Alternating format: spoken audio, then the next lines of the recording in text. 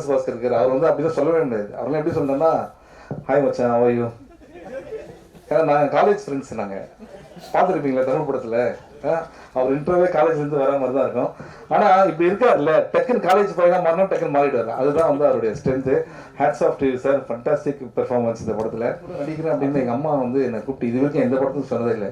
அவர் கூட நடிக்கிறேன், ஆமாம் அவர் நல்லா தமிழ் பேசுவார் அப்படின்னாங்க. இதுதான் வரும் அப்படின்ட்டு. எதுக்கு சொல்கிறேன் அப்படின்னா, இப்போ கூட நான் ஷூட்டிங்கில் பேசியிருந்து தான் ஒருத்தர் ராகம்னு ஒரு படம் பண்ணியிருக்காங்க.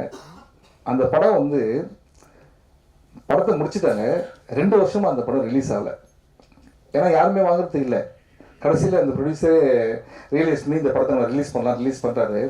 ஃபஸ்ட்டு ஷோ வந்து 10 பேர் தான் இருந்தாங்க, 2வது ஷோ வந்து ஹவுஸ்ஃபுல்லு. அந்த படம் 1 வருஷம் ஓடிச்சு. எவ்வளோ பெரிய விஷயம் பாருங்கள், எவ்வளோ பெரிய ட்ராவல். 45 இயர்ஸு இன்றைக்கி சொல்கிறாரு அடுத்த படத்தில் எனக்கு சான்ஸ் கொடுங்க நான் நடிப்பேன் அப்படின்றாருன்னா, அப்போ சினிமா அவர் எந்த அளவுக்கு நேசிக்கிறாரு, அதுதான் ரொம்ப முக்கியம். நம்மலாம் கொஞ்சம் பயங்கர சோம்பேறி, இவங்களெல்லாம் பார்த்து தான் நம்ம கற்றுக்க வேண்டியதாக இருக்குது. உண்மையிலே hats off to you sir. அந்த இப்படி இருக்காருன்னு வச்சுங்க, ஃபிட்னஸ்லாம் பயங்கரமான ஃபிட்னஸ்.